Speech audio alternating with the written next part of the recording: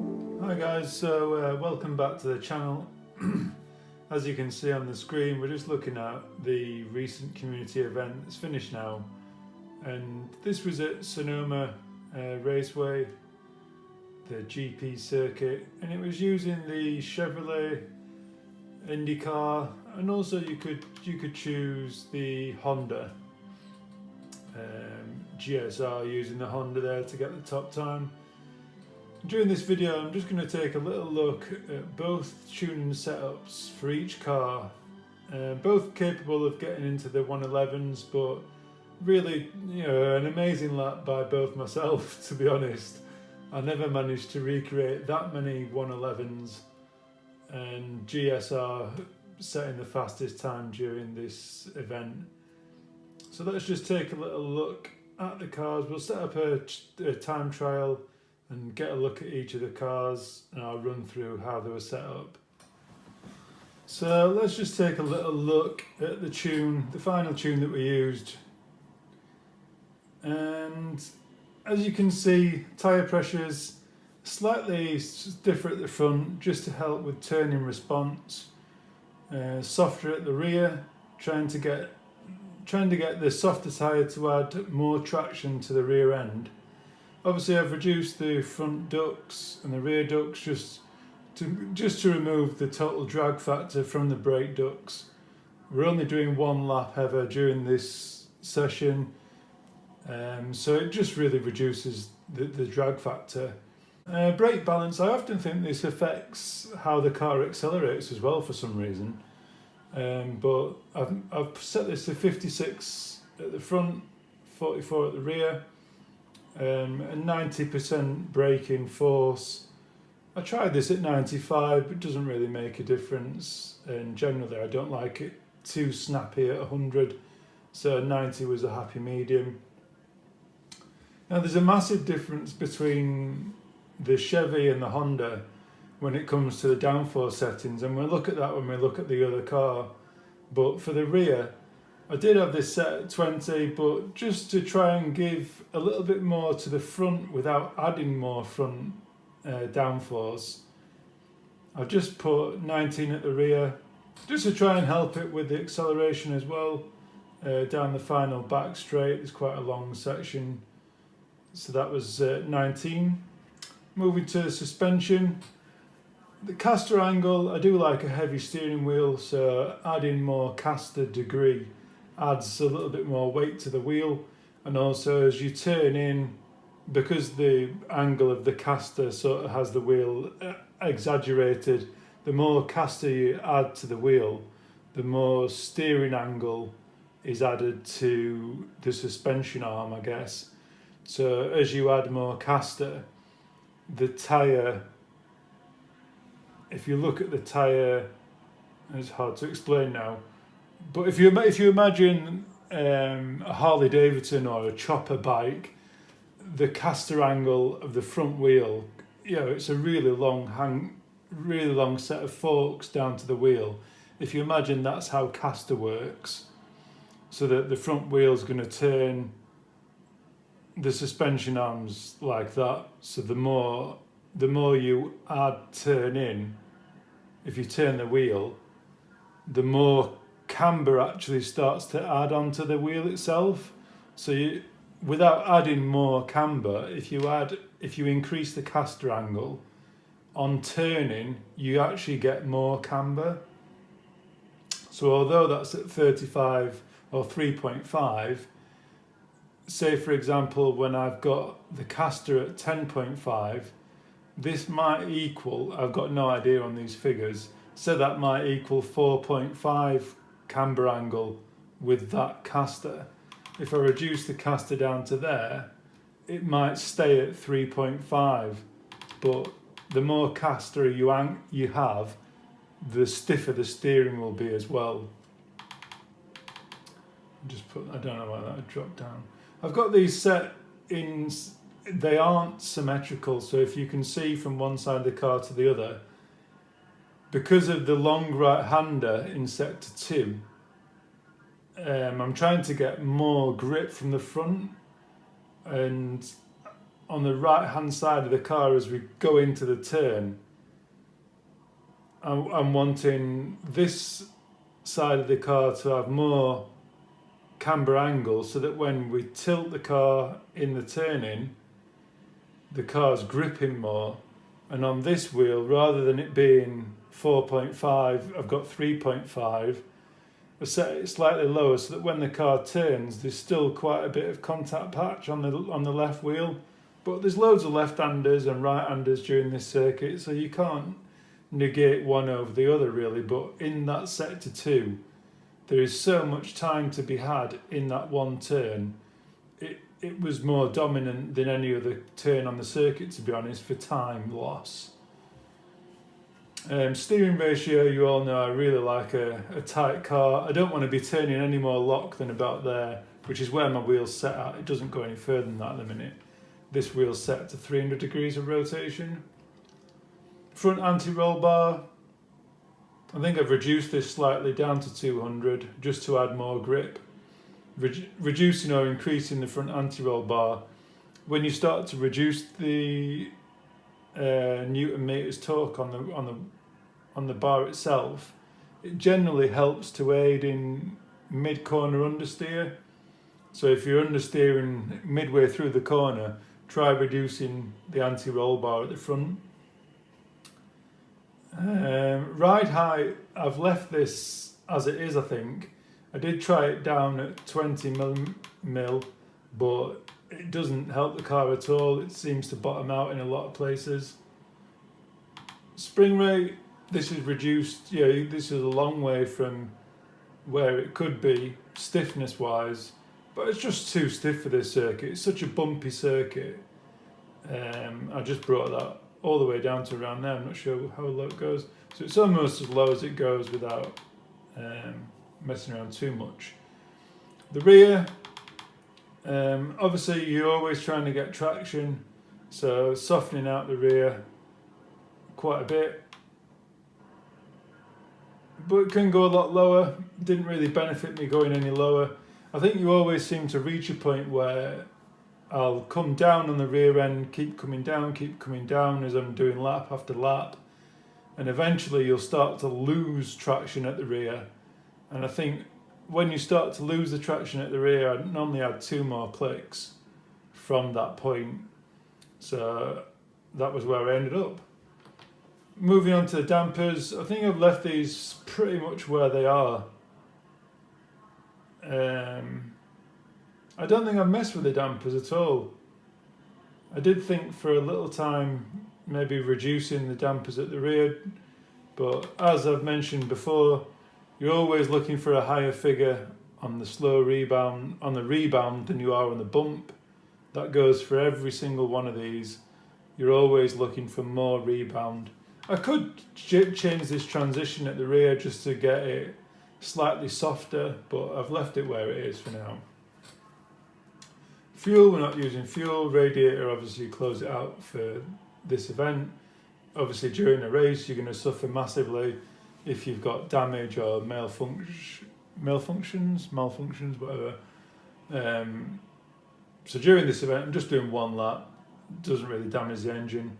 Engine braking at 4.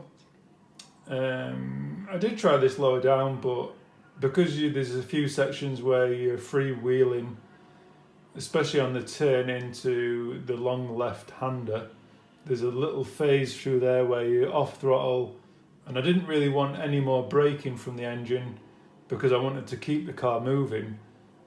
And I might have adjusted these slightly. I still think I could come down a little bit on this last gear ratio, because as you go into 6th gear down the back straight, it does seem to lull a little bit, and we'll talk about that as we drive through, but that could come down a little bit, I think. Traction control, we're not using it, and ABS isn't on this car, so that's that out of the way. Moving on to the clutch LSD. I did try this with a viscous lock added, and it didn't really benefit at all. I think this was at 40, the preload, but I think reducing this just helps the car turn in a little bit. I think I've only clicked this down 2 clicks. And the power ramp, as you're coming through at least sector 1, I found that any less than 75 even, or 70, and it just seemed to oversteer too much. You couldn't really get the power down. And that's the tune, guys. And it is very surprising, especially on this page and on this page, how much the Honda differs in setup. But we'll look at that in... I might add them side by side, the two setups, rather than go through the tune. But if you use this tune on the Honda, it doesn't really work at all. You'll find that on the Honda, the front downforce is far lower. Adding more front downforce to the Honda just tends to make it oversteer massively. You'll also find the tyre pressures are a lot lower, and the third spring rate on the Honda is much higher. I think they're maxed out on the Honda. So let's just have a little go around the lap, and I'll just point out, we'll save that. I'll just save that to my Ghost. So as you'll notice straight away, we've got 10 KERS, and I use Y as my KERS button. And the KERS on this car does last for quite a while, to be honest. So as we come round turn 1, obviously you're going to take a nice tight curve and on the power, and you're going to push a KERS straight away. Up into second, third, fourth. And we stay in 5th gear as we come round here, trying to keep as tight as you can on the left hand side. It just seems to grip better. And as you hit the first part of the curb, we're going to start braking down into 3rd gear and stay in 3rd as you come over here. And we're going to try just lightly off the throttle to don't touch that inside curb. And as we come all the way out, it really is tentative to get back on the power, but as soon as you can, do so. Down into 4th gear as we come through here, and just a slight lift as we come round, and then trying to hug as much over this as we can do, and back on the throttle as soon as you can feel the friction back in the wheel. And as we get to the end there, braking tightly down into 2nd gear. And this is a really bad section of the circuit. There's so much undulation comes through here, so many bumps. But we're going to try and run the right curb with the right tyre, and just as much as you can to level out the car as you come through there, and all the way out, banging the second portion of KERS. So all the way on the power as we come round here, we'll get right into 5th gear, and as we come up over the brow of the hill, we're going to be dropping down into 4th gear and hugging this as much as you can. Even if you come off the track here with the front wheel, it's totally unloaded, and as soon as you can get back on the power and the car's turning in, do so right the way up. And the KERS is still in operation here all the way down, just braking at just after the 100-metre board, and we're trail braking all the way to the corner as we hit probably 2nd gear here. Excuse me. And just really tentative as you come round here, trying to keep the throttle on. Even if it's for the smallest amount of throttle, but keeping the throttle on allows the car to maintain a level of traction. And this is a really hard part to nail, to be honest, because there's a little bump as you come through here as you're wanting to put full power down. But anyway, back on full power, banging the next lot of KERS, and it's trying to find a nice resistance through here. We're probably up to about 5th gear here as you come through. Dropping down and then banging into 6th gear, hugging all the way on the left hand side, and then getting a nice tight line to maintain 6th gear full power all the way down to about 165, 170. And as we see the 100-metre board just back there, or 100-yard board, that's where we want to be braking, maybe a tiny bit before. And I'm sort of heading here towards these tyres, and I'm going to get as close as I can to here, And this is where I'm going to be turning in really, all the way down to first gear, just on this apex. And in the video you'll see that I lose total contact with the front wheel. And the front wheel's just hanging in midair as we come through here. And you're trying to get on the power as soon as you can get on the power, and banging the curves button again to get one last run to the finish line. And during the event I managed to get a 1:11.93 or something like that, but I've not been able to recreate that time during this session, and managed to post a 1:12.05, which is still a great lap, but all the time has got to be made I think through sector 2, which obviously spans into part of sector 3. If we just come out to this screen here, getting a dry throat now. All the time is made through this section. From here onwards on full power, you're coming all the way around here and trying to get as much power down as you can through here in 4th gear, all the way around. And this is such an integral part of the lap. I believe this is where all the time's made, in this section here. These 2 corners need to be nailed perfectly to get a good lap. And the last perfect corner to nail is this one here. Trying to get good traction through all these turns is where the car really is best set up. I noticed that GSR, that posted the fastest lap during the event, managed to get a 23.9 during his final sector, which was a massive, massive lap. I mean, the best I've been able to get is a 24.2. So to get into the 23s was really an amazing feat, I think. So yeah, 15.4 was my best time on my attempt, and I posted a 32.2. Yeah, 32.2 in my second sector and a 24.3. If we just come back to resume that session. Right. So yeah, we'll have a little look at the Honda and just see how much it differs. I really think the Honda's got a massive amount of acceleration, but I think the Chevy does handle better through the corners, in my opinion.